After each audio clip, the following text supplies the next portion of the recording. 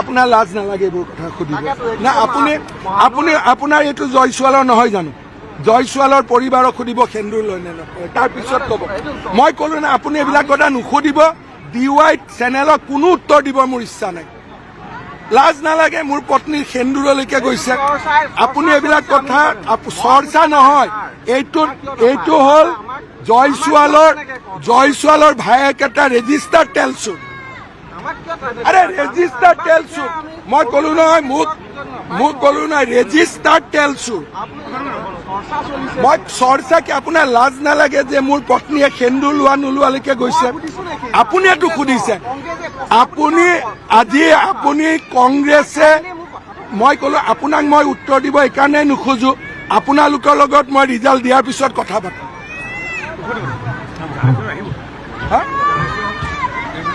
এতিয়া লষ্টত গৈ প্ৰপাৰ্টি বাদ দি সেন্দুৰত ধৰিলেগৈ এইটো লাজ নালাগে ইমান কেইটা জাৰ্নেলিষ্ট থাকোঁতে কোনেওতো এইটো প্ৰশ্ন কৰা নাই কোনোবাই কৰিছে নেকি এইটো কি চেনেল এইটো কি চেনেল এইটো কি চেনেল এইটো কি চেনেল এইটো কি চেনেল এইটো কি চেনেল কোনোবাই কৰিছে জয়ছোৱালে মোক একো কৰিব নোৱাৰে অ' বাবা সংবাদ মাধ্যমে ইহঁতেতো মেইন জয়ন্ত বৰুৱাৰ DYটো মেইন গোটেই দুনিয়াক পইচা খুজি পেলাই ব্লেকমেইল কৰি আছে দুনিয়া ভৰক যোনে নিদিয়ে তাৰ কথা বেয়াকৈ লিখে মোৰ হাতত কিমান প্ৰমাণ আছে আজিৰ পৰা 3 মাহ আগতে জয়ছোৱাল মোৰ অফিচত আহিছিল কিয় আহিছিলে সংবাদ পত্ৰৰ মালিক মোৰ অফিচত কি কাম থাকে সুধিব মালিকক আপোনাৰ আজি নতুনকৈ জ্বলাইছে ৰিণিকে বোলে সেন্দুৰ নলয় ৰিণিকে এনেকে চুলিখিনি ফাক কৰি কোনোবাই চাইছে নেকি তাত সেন্দুৰ আছে নে এলিজাবেথে সেন্দুৰ লয় সুধিছে যে ৰিণিকি ভূঞাই বোলে সেন্দুৰ নলয় দম আছে গৌৰৱ গগৈ সুধিব এলিজাবেথ গগৈ সেন্দুৰ লয় নে নলয় দম আছে আজি 2 বছৰ ধৰি জ্বলাই আছে মই সহ্য কৰি আছো কাৰণ বিজেপি চৰকাৰখন আহিব লাগে কিন্তু এতিয়াতো আৰু কালি 5টা বজাত কেম্পেইন শেষ কালিৰ পৰা মুখখন মোৰ কোনে ৰাখিব কালি 5টা বজাৰ পিছত মোৰ মুখখন কোনে ধৰি ৰাখিব মই মুখখন এইকাৰণে বন্ধ কৰি আছিলোঁ ভাই বিজেপিখন আহক কাৰণ বিজেপি আহিলে লৰাই চাকৰি পাব বিজেপি আহিলে টানেল হ'ব বিজেপি আহিলে এলিভেটেড কৰিডৰ হ'ব গতিকে ৰাইজে যদি অমৃত খাব লাগে কোনোবাই বিষ খাব লাগিব সেইকাৰণে মই যোৱা 2টা বছৰ জানি শুনি বিষ খাই আছোঁ মোৰ যদি ঘৈণীয়েক নহ'লহেঁতেন বিনা অপৰাধত মোৰ যদি ল'ৰা ছোৱালী নহ'লহেঁতেন ছুইচাইড কৰি পেলালেহেঁতেন মোৰ ল'ৰা ল পঢ়ি আছে না আগ জানে না পিছ জানে লিখি দিলে তাৰ নামত 40টা কোম্পানী আছে নাম কেইটা কিয় নিদিয়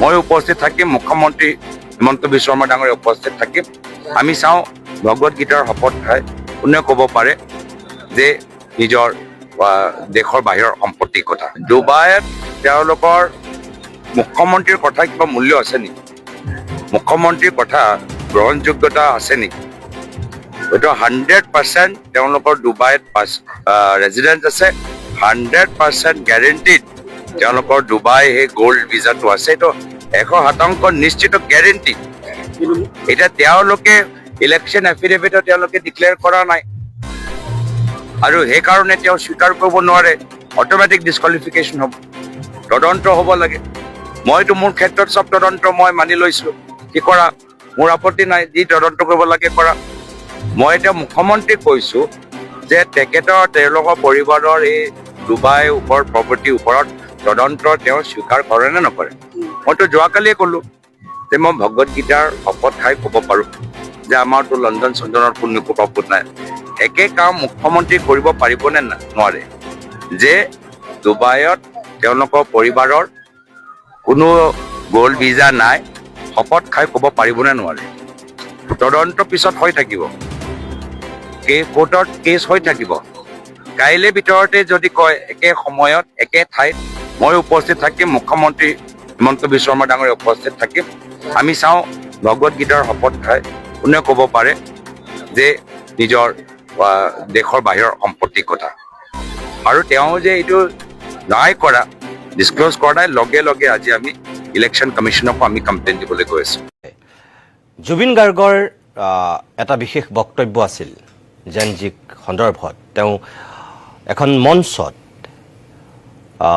গীত পৰিৱেশনৰ সময়ত এটা বিশেষ বক্তব্য ৰাখিছিল কোন কেতিয়াবাই সেই বক্তব্যটো আপোনালোকে অজস্ৰবাৰ দেখিছে তথাপিও মই আজি আকৌ এবাৰ দেখুৱাই ল'ব বিচাৰোঁ চাওকচোন আপোনালোকে চৰকাৰ আমিহে বনাওঁ চৰকাৰ আমাক নবনায় কিন্তু মনত ৰাখিব আমি নতুন প্ৰজন্ম হয় আমি ইচ্ছা কৰিলে দেশ চলাবও পাৰোঁ চলাবও পাৰোঁ চৰকাৰ আমিহে বনাওঁ চৰকাৰ আমাক নবনায় কিন্তু মনত ৰাখিব আমি নতুন প্ৰজন্ম হয় আমি ইচ্ছা কৰিলে দেশ চলাবও পাৰোঁ চলাবও পাৰোঁ আমি নতুন প্ৰজন্ম আমি চৰকাৰ আমিহে বনাওঁ দেশ গঢ়ে নতুন প্ৰজন্মই অৰ্থাৎ জুবিনৰ যিটো বক্তব্য আছিল সলাবও পাৰোঁ ভাঙিবও পাৰোঁ এই যে বক্তব্যটো দিছে জেনজিক লৈ মই কিয় কৰিব বিচাৰিছোঁ আপোনালোকক মই কেইটামান তথ্য দেখুৱাব বিচাৰোঁ আজিৰ দিনটোত নিৰ্বাচন আয়োগে যিখিনি তথ্য সদৰি কৰিছে সেই তথ্যমতে আমাৰ যিখিনি ভোটাৰ আজিৰ দিনটোত তাৰ ভিতৰত কিমানখিনি নতুন প্ৰজন্মৰ ভোটাৰ আছে চাওকচোন মই আপোনালোকক দেখুৱাব বিচাৰোঁ মোৰ গ্ৰাফিক্সত দিয়া আছে যিহেতু আজিৰ দিনত আমাৰ মুঠ ভোটাৰ আছে 2,50,54,463 গৰাকী মুঠ ভোটাৰ নিৰ্বাচন আয়োগে আজি তেওঁলোকৰ ৱেবছাইটত যিখিনি দি থৈছে সেইমতে ইয়াৰে যুৱ ভোটাৰ হৈছে 74,83,469 গৰাকী মই পুনৰ কৈছোঁ ইয়াৰ ভিতৰত যুৱ ভোটাৰ আছে 74,83,469 গৰাকী প্ৰথমবাৰৰ বাবে ভোট দিয়া নতুন ভোটাৰ হৈছে অৰ্থাৎ 18 পৰা 19 বছৰ যে এইবাৰ বিধানসভা নিৰ্বাচনত প্ৰথমবাৰৰ কাৰণে ভোট দিব 18 পৰা 19 বছৰৰ যিখিনি ভোটাৰ তাৰ সংখ্যা হৈছে 6,28,093 গৰাকী মই পুনৰ কৈছোঁ যে প্ৰথমবাৰৰ বাবে ভোট দিয়া ভোটাৰৰ সংখ্যা হৈছে 6,28,093 গৰাকী 20 পৰা 29 বছৰ বয়সৰ যিসকল যুৱ ভোটাৰ আছে যাৰ 20 বছৰৰ পৰা 29 বছৰ এই যুৱ ভোটাৰসকলৰ সংখ্যা হৈছে 65,55,376 গৰাকী অৰ্থাৎ এই যে 76,83,469 গৰাকী যুৱ ভোটাৰ আছে মুঠ আমি যদি চাওঁ 2,50,54,463 গৰাকী ভোটাৰৰ ভিতৰত 30% হৈছে যুৱ ভোটাৰ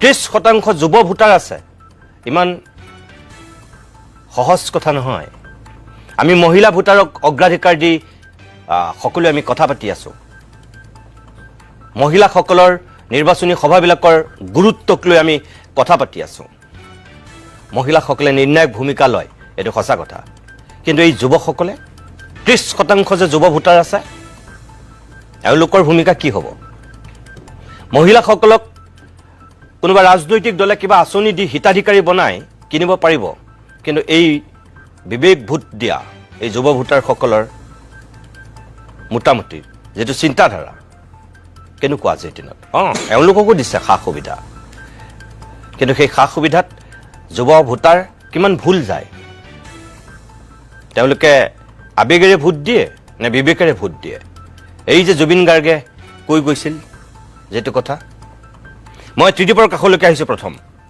ত্ৰিদীপ জুবিন গাৰ্গৰ যেটো বক্তব্য আৰম্ভণিতে আমি সলাবও পাৰোঁ আমি ভাঙিবও পাৰোঁ চৰকাৰ আমিহে বনাওঁ যেটো বক্তব্য তুমি অজস্ৰবাৰ দেখিছা এইটো আজি আমি জেনজিক লৈ কথা পাতিছোঁ যিহেতু নিৰ্বাচন আহি আছে আজি 6 তাৰিখ 9 তাৰিখে নিৰ্বাচন কাইলৈ অকল কেম্পেইনিং কৰিব পাৰিব তাৰপিছত বন্ধই হ'ব তোমাৰ বক্তব্য কি দেখিছা তুমি সামগ্ৰিকভাৱে যিবিলাক ৰাজনীতি হৈ আছে যেটো দিশলৈ গৈ আছে জেনজিৰ ভূমিকা কি হ'ব নিতুদা মই প্ৰথমতে জুবিনৰ কথাই পাতো কিন্তু জুবিন গাৰ্গৰ কথা পাতিব খোজা নাই জুবিন নাথৰ কথা পাতিব খুজিছোঁ জুবিন নাথ কোন 26 বছৰীয়া অসমীয়া যুৱক জুবিন নাথে বেংগালুৰুৰ এটা ফেক্টৰীত কাম কৰি আছিল বিহুত ঘৰলৈ অহা কথা আছিল কিন্তু বিহুত জুবিন নাথ সুখুৰিৰে ঘৰলৈ নাহিল সেই কাম কৰি থাকোঁতে বেংগালুৰুৰ ফেক্টৰীটোত তেখেতৰ দুৰ্ঘটনা এটা হ'ল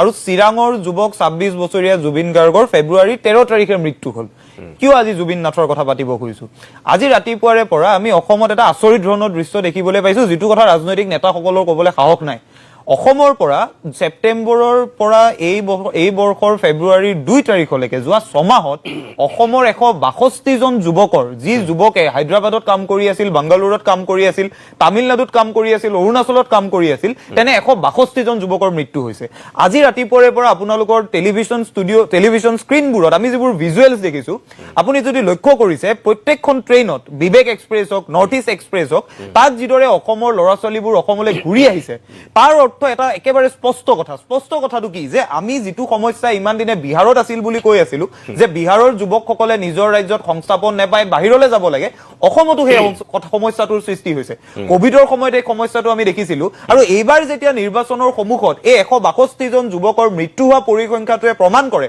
৬ মাহত যদি ১৬২ জন মানুহৰ মৃত্যু হ'ব পাৰে আৰু আজি ৰেলত দেখা ফটোবোৰ যদি সঁচা ছবিবোৰ যদি সঁচা অসমত এই সমস্যাটোৱে কিমান ভয়ংকৰ ৰূপ লৈছে এই কথাটো কিন্তু আমি উপলব্ধি কৰিব লাগে ৰাজনৈতিক নেতাসকলে এই কথা কাৰ কিমান উপলব্ধি হৈছে মই নাজানো তেওঁলোকৰ এজনৰ মুখত এই কথাবোৰ নাই গতিকে মই নিতুদা আজি এই সুযোগটো লৈ মই প্ৰথমতে এই কথাই ক'ব খোজো এই যিখিনি মানুহ অসমৰ বাহিৰত কাম কৰি আছে তেওঁলোক কিয় বাহিৰলৈ গৈছে কাৰণ অসমত আমি তেওঁলোকক সন্মানজনক সংস্থাপন দিব পৰা নাই আমি হিতাধিকাৰী নিৰ্মাণ কৰি থকা গোটেই যিটো বিষয় হিতাধিকাৰী নিৰ্মাণ কৰাৰ কথাটোতো কাৰো আপত্তি নাই ১২৫০ টকাটোতো কোনো আপত্তি কৰা নাই কিন্তু সমান্তৰালভাৱে সংস্থাপন দিয়াৰ যিটো প্ৰসংগ এই গোটেই কথাবোৰত আমাৰ নেতাসকল ব্যৰ্থ হোৱা বাবে আজি জুবিন নাথৰ দৰে দৃশ্যবোৰ আমি দেখিবলৈ পাইছো এতিয়া মই আপোনাক কেইটামান পৰিসংখ্যাৰ কথা কওঁ এইকেইটা একেবাৰে ভয় লগা আৰু চকুত লগা পৰিসংখ্যা ২০১৬ চনত অসমৰ এগৰাকী বিধায়কৰ তেওঁলোকে যেতিয়া এফিডেভিট দিয়ে নিৰ্বাচনৰ সময়ত আমি আটায়ে জানো বৈধ সম্পত্তিহে এফিডেভিটত দেখায় অবৈধবোৰটো এফিডেভিটত নাথাকে বৈধ সম্পত্তিৰ পৰিমাণ আছিল ২.৫২ কোটি টকা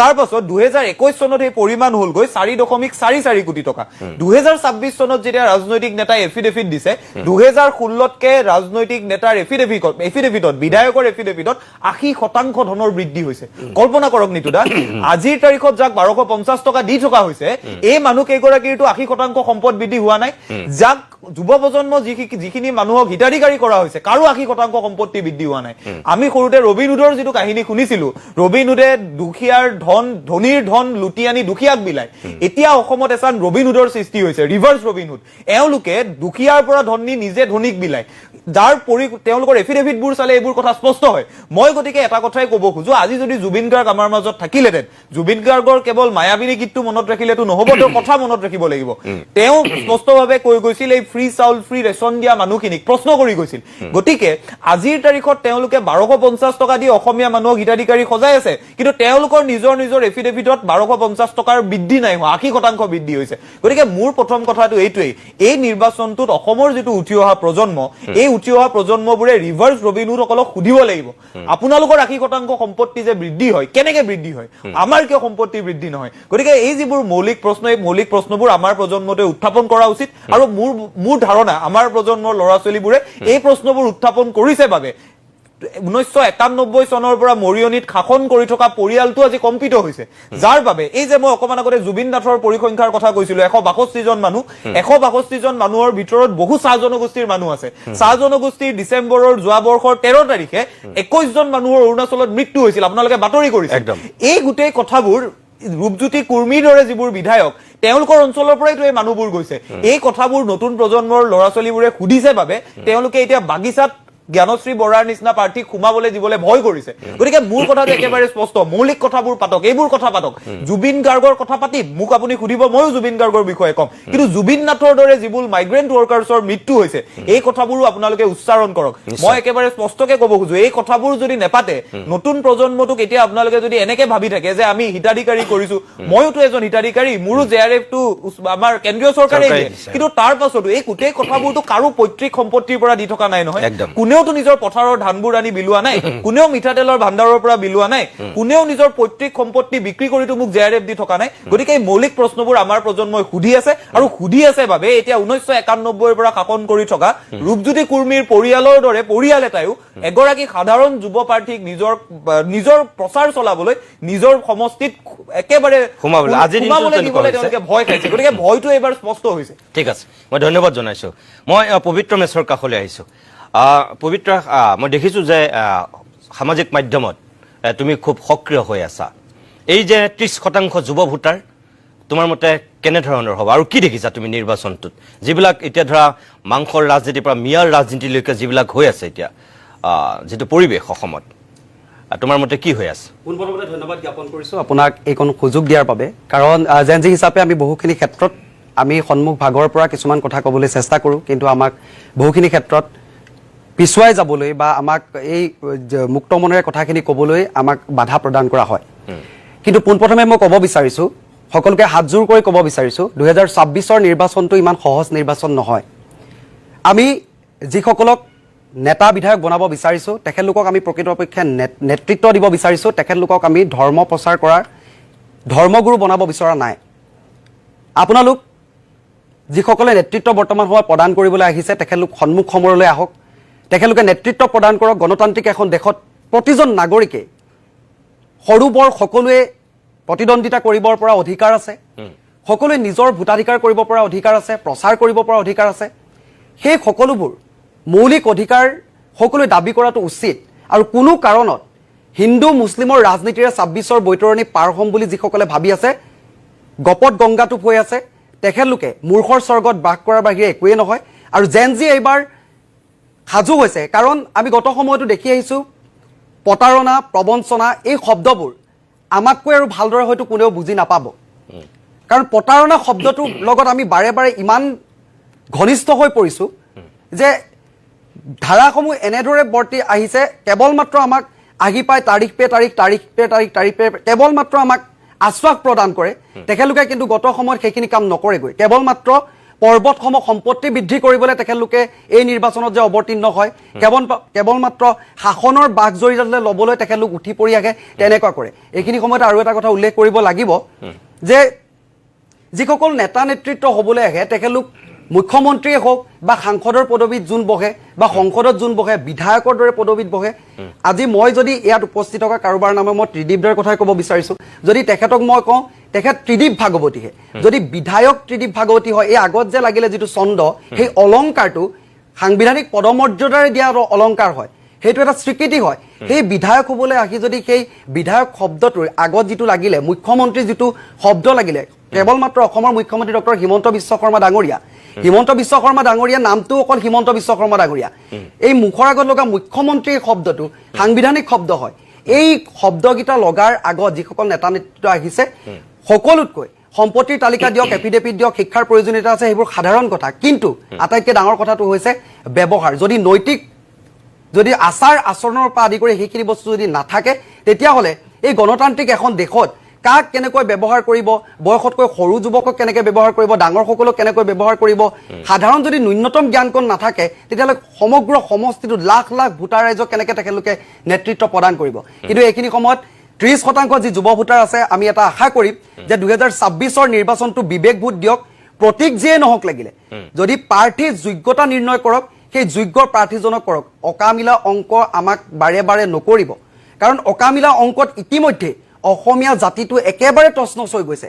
অকামিলা অংক এইটো কাৰণে ক'লোঁ, আমি খিলঞ্জীয়া কৃষি প্ৰধান ৰাজ্যৰ আমি নাগৰিক হিচাপে বৰ্তমান কৃষি আছে ক'ৰবাত, মানুহ আছে ক'ৰবাত, আঁচনি আছে, নিৰ্বাচনৰ সময়ত নাচনিয়ে ক'ৰবাত নাচি আছে। নাচনি থাকিব লাগিছিলে আখৰাত, বৰ্তমান সময়ত ৰাজপথত, বৰ্তমান সময়ত এই নিৰ্বাচনী ৰেলীবোৰত আমি দেখিবলৈ পাইছোঁ।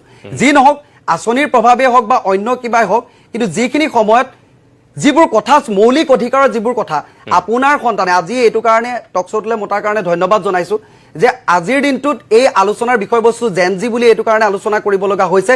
কোনোবাখিনিত আমাৰ যি অৱহেলিত বৰ্তমান সমাজখনত আমাৰ যিদৰে বাৰে বাৰে অৱহেলা কৰি অহা হয়, এইখিনি কথা আলোচনা কৰিব লাগে। বাহিৰৰ যিসমূহ ল'ৰা আছে, কৰ্মৰত যিসকল যুৱক যুৱতী আছে, আজি ট্ৰেইনৰ জৰিয়তে 9 এপ্ৰিল ইয়াত গণতন্ত্ৰৰ এটা উৎসৱ হ'ব। ভোট প্ৰদান কৰিবলৈ আহিব, ক'ৰ পৰা আহিব? কেৰেলাৰ পৰা আহিব, হায়দৰাবাদৰ পৰা আহিব। তেখেতলোকে ঘৰখনলৈ উভতি আহিব, ঘৰখনত কিন্তু থাকিবলৈ নাপায়। 9 তাৰিখৰ দিনটোত ভোটৰ বুটামটো টিপিব, তাৰ পাছতে তেখেতলোক আকৌ ৰাওনা হ'ব লাগিব। এই ৰাওনা হোৱা কাৰ্যসূচীটো কিয় হ'ল? এই সকলো জেনজি শাৰীতে পৰে। তেখেতলোক আহি অসমত উপযুক্ত কৰ্ম সংস্থাপন নথকাৰ বাবে সেইদৰে ঢাপলি মেলিব লগা হৈছে। নিজৰ আইজনী কাষত থাকিব নাপায়, বিহু বুলি একেলগে ভাত এসাঁজো বহি খাব নাপায়। নিজৰ অসমখনৰ যিমানবোৰ সমস্যাৰ ৰেজ আছে সেই সমস্যাৰ আজি সময়ত বাৰে বাৰে ভুক্তভোগী হৈ থাকে। এই কথাবোৰ উপস্থাপন কৰিবলৈ গ'লেই আমাক বাৰে বাৰে বাধা প্ৰদান কৰা হয়। আমি এটা কথাই ক'ম, সুস্থিৰ গণতন্ত্ৰ ৰক্ষা কৰক। ইয়াৰ এইখিনি সময়তে যি আমাৰ সংবাদ জগত আছে, সংবাদ জগতখনৰ কথাটো এইটো কাৰণে উল্লেখ কৰিব লাগিব, গণতন্ত্ৰৰ চতুৰ্থ স্তম্ভ বুলি আমি যিহেতু বাৰে বাৰে কৈ থাকোঁ, তেখেতলোকক আমি সন্মান কৰোঁ। তেখেতলোকে যিবোৰ বাতৰি পৰিৱেশন কৰে তথ্যভিত্তিকভাৱে, সেই বাতৰিবোৰ অন্তত বন্ধ কৰিবলৈ বা দবাবলৈ মনা নকৰিব। কাৰণ তেখেতলোকৰ মুখত যদি আপোনালোকে চেলোটেপ লগাম বুলি ভাবিছে, তেতিয়াহ'লে নিশ্চয় যিখন চৰকাৰ যোনেই নহওক লাগিলে শাসনত থাকক, তেখেতলোকৰ শাসন ব্যৱস্থাৰ মাজত ক'ৰবাত নহয় ক'ৰবাত গণ্ডগোল আছে। সেইবাবেহে তেখেতলোকে এই বিষয়বস্তুবোৰৰ পৰা আঁতৰি থাকিব বিচাৰে আৰু কথাবোৰ দেখুৱাব নিদিয়ে। গণতন্ত্ৰৰ চতুৰ্থ স্তম্ভক যি কুঠাৰঘাত, সেই কুঠাৰঘাত বন্ধ কৰক। আৰু যি গণতান্ত্ৰিক অধিকাৰেৰে যোনে যোনে প্ৰাৰ্থিত্ব আগবঢ়াইছে, যিসকলে জেনজি প্ৰাৰ্থী আগবঢ়াইছে, প্ৰতিজন প্ৰাৰ্থীয়ে সাৱলীলভাৱে, কোনেও কিন্তু নিতুদা আজি ক'ব লাগিব ধৰ্মৰ ৰাজনীতি কৰা নাই। সকলোৱে কৈ আছে শিক্ষা আমি আগুৱাই নিব লাগিব, আমি যিদৰে যুৱ প্ৰজন্মৰ যিখিনি কথা বাৰ্তা আছে সেই কথাখিনি পাতিব লাগিব। যিসকল কিন্তু ইয়াৰ উপৰোক্ত যিসকলে বছৰৰ পাছত বছৰ 5টা বছৰ দিয়ক 5টা বছৰ দিয়ক 5টা বছৰ বুলি কৈ কেৱল মাত্ৰ সম্পত্তিৰ অগাধ সম্পত্তিৰ পাহাৰ গঢ়িলে, সেইসকলে কিন্তু বাৰে বাৰে য'তেই নাযাওক, উজনিৰ পৰা নামনিলৈ, শদিয়াৰ পৰা ধুবুৰীলৈ, ডাঙৰ ডাঙৰ গাড়ী লৈ য'তে ৰেলী কৰিছে, কেৱল মাত্ৰ গৰু মাংসৰ বাহিৰে তেখেতলোকে যে টপিক বিচাৰি নাপায় এটা। বৰ্তমান জেনজি বৰ্তমান সময় অতিষ্ঠ হৈছে। আমি অন্তত এই ৰাজনীতিটো নিবিচাৰো, কাৰণ ইমান লেতেৰা ৰাজনীতিৰ মাজলৈ যদি যায়, অসমখনৰ অনাগত ভৱিষ্যত ৰক্তাক্ত হোৱাৰ বাহিৰে ইয়াৰ মূল পথ গত্যন্তৰ একো নাই। একদম सरकार जाने न होक चला, सरकार जाने न होक, सिस्टम को हम चलाएंगे। सरकार जाने न होक, मैं सरकार खातिर करा मानु भिक्टर दास নহয়। सरकार যোনে নাপাতক কিয়, যদি ভুল কৰিবি যে বাবু খেলা হবে।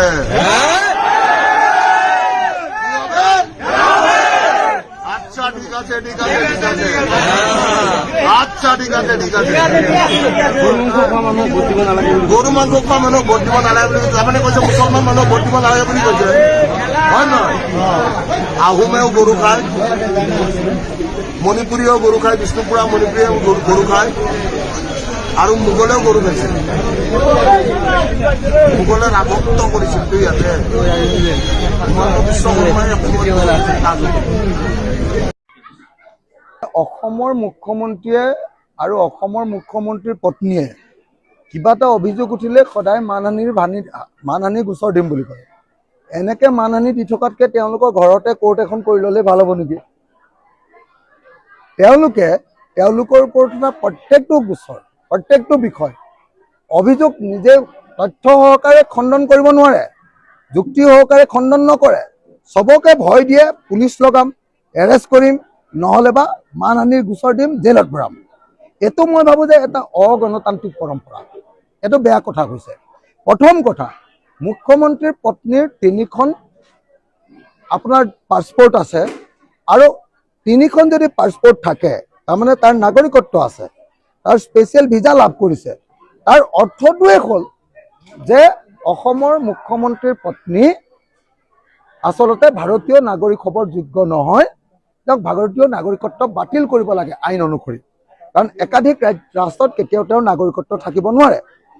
গতিকে তেওঁৰ নাগৰিকত্ব বাতিল কৰিব লাগে, আৰু এই জালিয়াতিৰ কাৰণে তেওঁক মুখ্যমন্ত্ৰীৰ পত্নীক অতি সোনকালে গ্ৰেপ্তাৰ কৰি জেলত দিয়াৰ ব্যৱস্থা কৰিব লাগে, 1 নম্বৰ। 2 নম্বৰ কথা, মুখ্যমন্ত্ৰীৰ বিৰুদ্ধে উঠা অভিযোগবিলাক ইমান গুৰুতৰ যে অকল মানহানিৰ গোচৰ ধৰিম এইটোৰে কেতিয়াও ৰিপ্লাই হ'ব নোৱাৰে। সেইকাৰণে এই গোটেই বিষয়টো তদন্ত কৰিবৰ কাৰণে অসমৰ মুখ্যমন্ত্ৰীয়ে পদত্যাগ কৰিব লাগে। অসমৰ মুখ্যমন্ত্ৰীয়ে পদত্যাগ কৰি CBI তদন্ত ঘোষণা কৰিব লাগে, আৰু CBIৰ জৰিয়তে তদন্ত কৰি হিমন্ত বিশ্ব শৰ্মাৰ ক'ত ক'ত এনেকুৱা সম্পত্তি আছে, সঁচাকৈ 52,000 কোটি টকাৰ ইনভেষ্টমেণ্ট তেওঁৰ আছে নেকি? কোম্পানীৰ যেতিয়া তথ্য আছে নিশ্চয় থাকিব লাগিব, নহ'লেতো কৰিব নোৱাৰে। গতিকে অতি সোনকালে এই বিষয়টো তদন্ত কৰিবৰ কাৰণে CBIক দিব লাগে, আৰু হিমন্ত বিশ্ব শৰ্মাই পদত্যাগ কৰিব লাগে। এই দুটাই হ'ল এই সময়ত আমাৰ দাবী। হিমন্ত বিশ্ব শৰ্মাই পদত্যাগ কৰক, তেওঁৰ পত্নীক গ্ৰেপ্তাৰ কৰক আৰু CBI তদন্ত ঘোষণা কৰক। কংকি চৌধুৰীৰ বিষয়টো যদি আমি কওঁ, কংকি চৌধুৰী তেওঁ কালি কৈছে যে গো মাংস ভক্ষণ কৰা মানুহৰ প্ৰতি তেওঁ মগজ গৰম হৈ যায়। কিন্তু কৰিমুদ্দিনক তেওঁ বিধায়ক আছিলে, কৰিমুদ্দিন ডাঙৰীয়াক তেওঁ UDFৰ পৰা AGP লৈ ল'লে আৰু শুনাই তেওঁক লৈ পেলাই ভোট দিবৰ কাৰণে আহ্বান মই আপোনাক এটা কথা কওঁ, মই কটন কলেজত পঢ়িছিলো, হিমন্ত বিশ্ব শৰ্মা কটন কলেজত। মই জনামতে হিমন্ত বিশ্ব শৰ্মা কটনৰ হোষ্টেলত থাকোঁতে ৰেগুলাৰ তেওঁ বন্ধুবিলাকৰ লগত গৰু মাংস খাবলৈ গৈছিল। মই শুনা মোক সেই সময়ৰ বহুত মানুহে কৈছে, এতিয়াও কৈ থাকে মোক, যে হিমন্ত বিশ্ব শৰ্মাই নিজে গৰু মাংস খাইছিলে আমাৰ কটনৰ হোষ্টেলত থকাৰ সময়ত। এতিয়া গৰু মাংসটো তেওঁৰ কাৰণে এটা ৰাজনৈতিক হাতিয়াৰ। তেওঁ গৰু মাংস খোৱাৰ কথাটো ক'লেই বোলে তাৰ মাথাটো গৰম হৈ যায়। এতিয়া মই এটা কথা কওকচোন, আপুনি কি মাংস খাই মই কেতিয়াবা সুধিম নেকি? মই কি মাংস খাওঁ সেইটো কথা কোনোবা ভদ্ৰ মানুহে সুধিব নেকি? তাৰ যি মাংস খাবলৈ মন আছে তেওঁ সেই মাংসই খাব, হয়নে নহয় কওক? তাৰ যি মাংস, খালি বনৰীয়া জন্তুৱে খাব নোৱাৰিব। পুহি লৈ খোৱা জন্তুবিলাক খাবৰ কাৰণে কাৰোবাৰ কিবা আপত্তি আছে নেকি? হয়নে নহয় কওক? যি মানুহে আপোনালোকে দেখিব যে বদৰুদ্দিন আজমলক লগাই ইলেকশ্যনত জিকাইছিলে, বদৰুদ্দিন আজমলৰ বোমাটো আমি পানী দি ফুচ কৰি পেলালো, সেইটো শেষ। আছাউদ্দিন ৰেচিডেঞ্চিয়ে সেইটোও কাম দিয়া নাই। লাষ্টত আৰু একো উপায় নাপায়, কালি দেখিছে না কেনেকুৱা পাগলৰ নিচিনাকে কৈছে গৰু মাংস, গৰু মাংস, গৰু মাংস, গৰু মাংস। এই গোটেই ঘটনাটোৰ পৰা কালি অসমৰ মুখ্যমন্ত্ৰীৰ উগ্ৰ যিটো বাইক, হতাশ হৈ যোৱা যিটো স্বভাৱ মই দেখিলো, মইতো দেখিছো যে হিমন্ত বিশ্ব শৰ্মাৰ মুখখন চাই ললে অসমৰ মানুহে বুজিব যে 2026 চনত হিমন্ত বিশ্ব শৰ্মা হাৰিবলৈ গৈ আছে আৰু আমি ৰাইজৰ দল কংগ্ৰেছ আৰু জাতীয় পৰিষদে চৰকাৰ বনাবলৈ গৈ আছো। অসমৰ মাননীয় মুখ্যমন্ত্ৰী ডক্টৰ হিমন্ত বিশ্ব শৰ্মা ডাঙৰীয়া সাংঘাতিক বিপদত পৰিছে। কালি কংগ্ৰেছ দলে সংবাদমেলৰ আয়োজন কৰি কেইটামান তথ্য ৰাজহুৱা কৰিছে আৰু এই তথ্যখিনি যদি সঁচা হয় তেতিয়াহ'লে হিমন্ত বিশ্ব শৰ্মা ডাঙৰীয়া আৰু তেখেতৰ সহধৰ্মিনী জেললৈ যোৱাটো নিশ্চিত। সেইকাৰণে বিষয়টোৰ ওপৰত এটা আলোচনাৰ প্ৰয়োজন আছে। মই কি বুজি পালোঁ, মোক ফ'ল' কৰা বহুত মানুহে জানিব খোজে, বুজিব খোজে, বহুতে মোক ফোনো কৰিছে, কিছুমানে মেছেজো কৰিছে, ফোনতো কথা পাতিছে। ভাবিলোঁ এটা ভিডিঅ' বনাই কথাখিনি মানুহক জনাওঁ। কংগ্ৰেছৰ নেতা পৱন খেৰা ডাঙৰীয়াই সংবাদমেলৰ আয়োজন কৰি কৈছে যিখিনি কথা ইতিমধ্যে আপোনালোকে জানিছে, তথাপি আলোচনাৰ স্বাৰ্থত মই কথাখিনি আপোনালোকক কোৱা উচিত। পৱন খেৰা ডাঙৰীয়াই দুটা সাংঘাতিক ডাঙৰ অভিযোগ উত্থাপন কৰিছে। প্ৰথমটো অভিযোগটো হ'ল যে হিমন্ত বিশ্ব শৰ্মা ডাঙৰীয়াৰ সহধৰ্মিনীৰ 3খন দেশৰ পাছপৰ্ট আছে, মানে ভাৰতৰ উপৰিও তেখেত বিশ্বৰ আন 3খন দেশৰ নাগৰিক আৰু তাৰ ভিতৰত 2খন মুছলমানৰ দেশ। এতিয়া ভাৰতৰ বাহিৰে ভাৰতৰ এগৰাকী নাগৰিকৰ, ভাৰতত থকা মানুহৰ অন্য দেশৰ পাছপৰ্ট থকাটো অপৰাধ। গতিকে তেখেতে এইটো এটা অপৰাধ কৰিছে বুলি কংগ্ৰেছৰ ফালৰ পৰা অভিযোগ কৰা হৈছে। তথ্য প্ৰমাণ কিছুমান ৰাজহুৱা কৰা হৈছে। কিমান অথেণ্টিক কিমান নহয় সেইটো ইনভেষ্টিগেশ্যনত ওলাব। আমি অসম জাতীয় পৰিষদে তাৰ তদন্তৰ দাবী কৰিছোঁ। কিন্তু ইলেকশ্যনৰ আগত ই সাংঘাতিকভাৱে প্ৰভাৱ বিস্তাৰ কৰিব। আৰু তাতকৈ ডাঙৰ কথা, যদি এইটো সত্য হয় তেতিয়াহ'লে এনেকুৱাও হ'ব পাৰে নেকি, যিহেতু হিমন্ত বিশ্ব শৰ্মা ডাঙৰীয়া অসমৰ মুখ্যমন্ত্ৰী হ'ব নোৱাৰে বুলি এটা কথা ওলাই আছে, বিজেপি ক্ষমতালৈ আহিব নোৱাৰে বুলি এটা কথা ওলাই আছে, আৰু সেইকাৰণে ঠিক বিজেপিৰ চৰকাৰৰ পতনৰ লগে লগে হিমন্ত বিশ্ব শৰ্মা ডাঙৰীয়াই পৰিয়ালসহ পৃথিৱীৰ অন্য দেশলৈ যেনেকৈ নীৰৱ মোদী আৰু কোনোবাই পলায়ন কৰিছে, তেনেকৈ পলায়ন কৰিব পাৰে নেকি, এনেকুৱা এটা সম্ভাৱনা ব্যক্ত হৈ আছে আৰু আমিও তেনেকুৱা এটা সম্ভাৱনা দেখোঁ। দ্বিতীয় যিটো অভিযোগ সেইটো হ'ল যে ইউনাইটেড ষ্টেটছ অফ আমেৰিকাত হিমন্ত বিশ্ব শৰ্মা ডাঙৰীয়া আৰু তেখেতৰ পত্নী আৰু তেখেতৰ পুত্ৰৰ এটা কোম্পেনী আছে, যিটো কোম্পেনীয়ে তাত 52,000 ভাৰতীয় কোটি টকা ইনভেষ্ট কৰিবৰ কাৰণে তেওঁলোকে পৰিকল্পনা যুগুতাই উলিয়াইছে। আৰু বিদেশত তেওঁলোকৰ সম্পত্তি আছে আৰু এই কথাখিনি তেওঁলোকে এফিডেভিটত উল্লেখ কৰা নাই, সেইটো এটা অপৰাধ।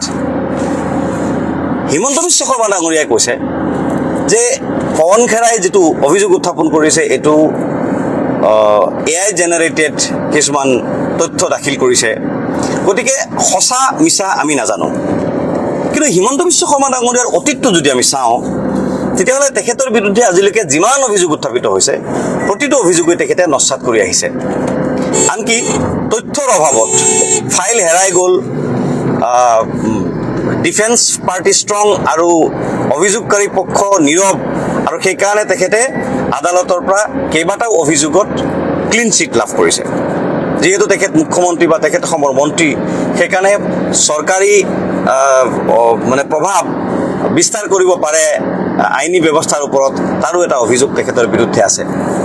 সেইকাৰণে আমি অনুমান কৰি লৈছোঁ, ধৰি লৈছোঁ যে এই অভিযোগটো সত্য হ'ব পাৰে, কাৰণ পৱন খেৰা ডাঙৰীয়াই এই কথাটো ভালকৈ জানে, যিটো হিমন্ত বিশ্ব শৰ্মা ডাঙৰীয়াই অভিযোগ কৰিছে যে ইলেকশ্যনৰ আগত ইলেকশ্যনৰ ৰিজাল্টক প্ৰভাৱিত কৰিব পৰা তথ্য যদি কোনোবাই মিছা তথ্য দাখিল কৰে, তেতিয়াহ'লে সেই ব্যক্তিৰ শাস্তি হ'ব পাৰে যাৱজ্জীৱন কাৰাদণ্ড। কাইলৈ যদি আকৌ হিমন্ত বিশ্ব শৰ্মা ডাঙৰীয়াৰ চৰকাৰ আহে, ধৰি লৈছোঁ যদি চৰকাৰ আহে, তেতিয়াহ'লেতো পৱন খেৰাক দিল্লীৰ পৰা ধৰি আনিব বা বিজেপিৰ অন্যান্য নেতাসকলক দিল্লীৰ পৰা ধৰি আনিব হিমন্ত বিশ্ব শৰ্মা ডাঙৰীয়াৰ, সেইটো গাটছ আছে। গতিকে ইমান ডাঙৰ ৰিস্ক পৱন খেৰা বা কংগ্ৰেছৰ নেতাসকলে ল'বনে? আৰু কেৱল পৱন খেৰাই নহয়, ভূপেশ বাঘেল আৰু সুখবিন্দৰ সিং সুখু, তেওঁলোক হিমাচল প্ৰদেশ আৰু উত্তৰাখণ্ডৰ চিফ মিনিষ্টাৰ, ছত্তীশগড়ৰ চিফ মিনিষ্টাৰ, তেওঁলোকে দুগৰাকী চিফ মিনিষ্টাৰ, তেওঁলোকে সেইটো ভুল কৰিবনে? ইমান মিছা তথ্য দিবনে? তেওঁলোকে কালি গৌৰৱ গগৈ ডাঙৰীয়াৰ সৈতে গুৱাহাটীত আহি যৌথ সংবাদমেল কৰি এই অভিযোগটো ৰাজহুৱাকৈ কৈছে। গতিকে মানুহ এটা সাংঘাতিক কনফিউজড হৈছে, কথাটোনো আচলতে কি?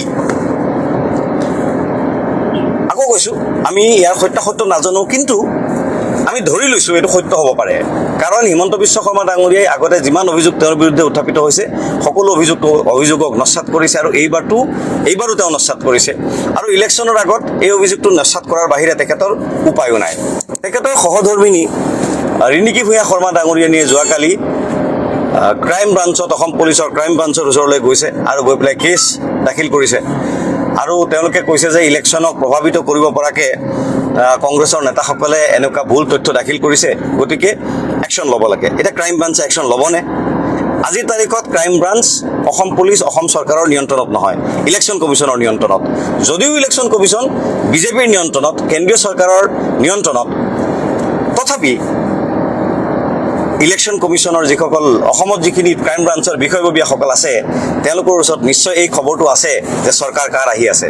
যদি তেওঁলোকে আজিয়েই পৱন খেৰাক গ্ৰেপ্তাৰ কৰে, গৌৰৱ গগৈক গ্ৰেপ্তাৰ কৰে, ভূপেশ বাঘেল আৰু সুখবিন্দৰ সিঙক গ্ৰেপ্তাৰ কৰে, তেতিয়াহ'লে ধৰি ল'ম যে চাগে বিজেপিৰ চৰকাৰ অসমত আহিব পাৰে, কাৰণ তেওঁলোকৰ ওচৰত যিহেতু খবৰ থাকে, গতিকে তেওঁলোকে চৰকাৰৰ পক্ষতেই কাম কৰিছে। যদি আজিৰ ভিতৰত গ্ৰেপ্তাৰ নকৰে বা কাইলৈৰ ভিতৰত গ্ৰেপ্তাৰ নকৰে, তেতিয়াহ'লে আমি এই কথাটো বুজি ল'ম যে পুলিচেও এই কথাটো গম পায় যে হিমন্ত বিশ্ব শৰ্মা ডাঙৰীয়াৰ চৰকাৰ নাহে। কিন্তু মই আচলতে এই কাহিনীটো কোৱাৰ আঁৰত এটা বেলেগ কথা কাৰণ আছে, সেই বেলেগ কাৰণটোৱে ইম্পৰ্টেণ্ট। মই যেতিয়া যোৱা ৰাতি আৰু আজি ৰাতিপুৱালৈকে একাধিক পলিটিকেল এনালিষ্টৰ লগত কথা পাতিছোঁ, কিছু সাংবাদিকৰ লগত কথা পাতিছোঁ, দুই এজন পলিটিচিয়ানৰ লগত কথা পাতিছোঁ, এটা বিস্ফোৰক খবৰ পাইছোঁ। সেই বিস্ফোৰক খবৰটো হ'ল বিজেপি নেতৃত্বই বিচৰা নাই যে হিমন্ত বিশ্ব শৰ্মা ডাঙৰীয়া অসমৰ পুনৰ মুখ্যমন্ত্ৰী হওক যদি বিজেপি ক্ষমতালৈ আহে। যিটো কালি মই মোৰ এটা ভিডিঅ'ত কৈছোঁ যে হিমন্ত বিশ্ব শৰ্মা ডাঙৰীয়াই নিজেই এটা বাৰ্গেনিং মানে পলিটিক্স যিহেতু তেওঁ সদায় কৰি থাকে, সেইকাৰণে তেওঁ নিজেও বিচৰা নাছিল যে 50-55তকৈ আসন বিজেপিৰ আহক, কাৰণ তাতকৈ বেছি আহিলে তেওঁক চেঞ্জ কৰি দিব। আৰু এই কথাটো মই যোৱাকালি মোৰ ভিডিঅ'ত কৈছোঁ, আজি মই চৰ্বিত চবৰ নকৰোঁ। কিন্তু মই আজি আৰু যোৱাকালি ৰাতি যিটো খবৰ পালোঁ, সেই খবৰটো বেছি বিস্ফোৰক। সেই খবৰটো হ'ল দিল্লীও বিচৰা নাই যে হিমন্ত বিশ্ব শৰ্মা ডাঙৰীয়া অসমৰ মুখ্যমন্ত্ৰী হওক।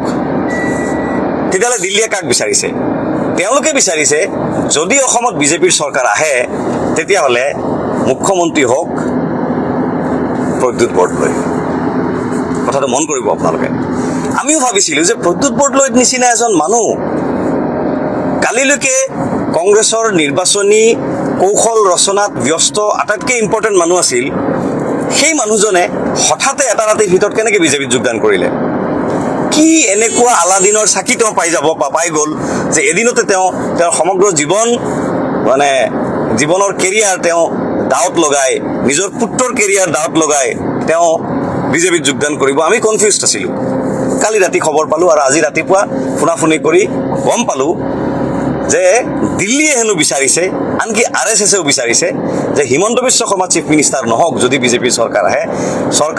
চৰকাৰ আহিলে, নাহে বাৰু, আহিলে প্ৰদ্যুৎ বৰদলৈ চিফ মিনিষ্টাৰ হওক, আৰু সেই প্ৰদ্যুৎ বৰদলৈক চিফ মিনিষ্টাৰ কৰাৰ প্ৰপ'জেল দিহে প্ৰদ্যুৎ বৰদলৈক কংগ্ৰেছৰ পৰা বিজেপিলৈ লৈ যোৱা হৈছে। এইটো মোৰ ওচৰলৈ অহা খবৰে কৈছে। কিমান অথেণ্টিক নাজানো, সেই অথেণ্টিচিটিটো সময়ত প্ৰমাণ হ'ব। এতিয়া এই যে হিমন্ত বিশ্ব শৰ্মা ডাঙৰীয়া আৰু তেওঁৰ পৰিয়ালৰ বিৰুদ্ধে যিটো বিস্ফোৰক তথ্য ওলাল, তেতিয়াহ'লে এই তথ্যটো ক'ৰ পৰা ওলাল? কথাটো এনেকুৱা নেকি যে এই তথ্যটো ওলোৱাৰ পিছত দিল্লীৰ কংগ্ৰেছ নহয়, শাসক পক্ষৰ কিবা ইংগিত, কিবা পৰিকল্পনা জড়িত হৈ আছে যে হিমন্ত বিশ্ব শৰ্মাক আঁতৰাবৰ কাৰণে এটা বাহানা লাগে তেওঁলোকক? হ'ব পাৰে নেকি? আপোনালোকে তলত কমেণ্ট কৰি জনাব। আৰু এটা কথা মই কওঁ, হ'ব পাৰে। আৰু এই যে যিটো মানে দিল্লীৰ যিটো পৰিকল্পনা, সকল পৰিকল্পনা, এই পৰিকল্পনা যদি সঁচা হয়, সঁচাকৈ যদি এনেকৈ পৰিকল্পনা হৈছে, তে হিমন্ত বিশ্ব শৰ্মাটো এৰি দিয়া ভকত নহয়। তেওঁতো নিজৰ পৰিকল্পনা মতে কাম কৰিব বিচাৰিব, তেওঁৰ ক্ষমতা ধৰি ৰাখিবৰ কাৰণে চেষ্টা কৰিব। আৰু তেওঁলোকৰ এই সংঘাতে, আপোনালোকে মই কৈছোঁ লিখি থওক, তেওঁলোকৰ এই সংঘাতে, তেওঁলোকৰ এই ৰাজনৈতিক চালে এইবাৰ বিজেপিক ক্ষমতাৰ পৰা আঁতৰাই বিৰোধীৰ আমাৰ চৰকাৰ অনাত সহায় কৰিব। এই কথাটোত মই মোটামুটি কনভিন্স হৈছোঁ পলিটিকেলি। আপোনালোক কনভিন্স হৈছে নে নাই? আপোনালোকে কথাটো কেনেকুৱা ভাবে যদি তলত কমেণ্ট কৰি জনায়, মোৰ বুজিবলৈ, জানিবলৈ, আৰু যদি কিবা ভুল কথা কৈছোঁ নিজকে শুধৰাবলৈ সুবিধা হ'ব। আপোনালোক সকলোকে ধন্যবাদ জনাইছোঁ। যদি কমেণ্ট কৰি জনায়, মোৰো উপকাৰ হ'ব, ৰাইজৰো উপকাৰ হ'ব, অপিনিয়ন বিল্ডিঙত ভাল হ'ব। আপোনালোক সকলোকে ধন্যবাদ জনাইছোঁ।